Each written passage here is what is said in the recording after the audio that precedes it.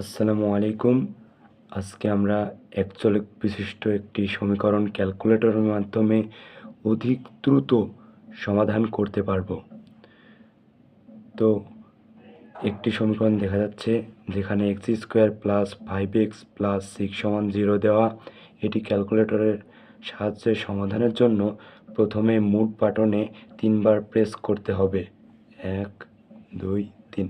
আমরা 3 বার প্রেস করলে ইকুয়েশন নামে একটি অপশন দেখতে পারবো এবং আমরা 1 সিলেক্ট করলে আননোন আসবে।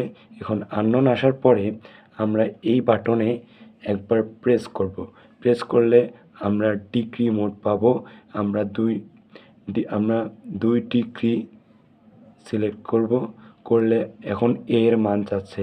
এখানে এ এর মান দ্বারা বোঝাচ্ছে x² এর সহগ। যেহেতু x² এর সহগ 1, তাই আমরা 1 দিব এবং সমান বাটনে প্রেস করব। প্রেস করলে বি এর মান চাচ্ছে। এখানে বি এর মান 5, তাই আমরা 5 দিব, কিন্তু যদি মাইনাস থাকে মাইনাস সহ চিহ্ন নিতে হবে। তারপর সমান চিহ্নের বাটনে প্রেস করব। প্রেস করলে এখন সি অর্থাৎ ধ্রুবক পদের মান চাচ্ছে।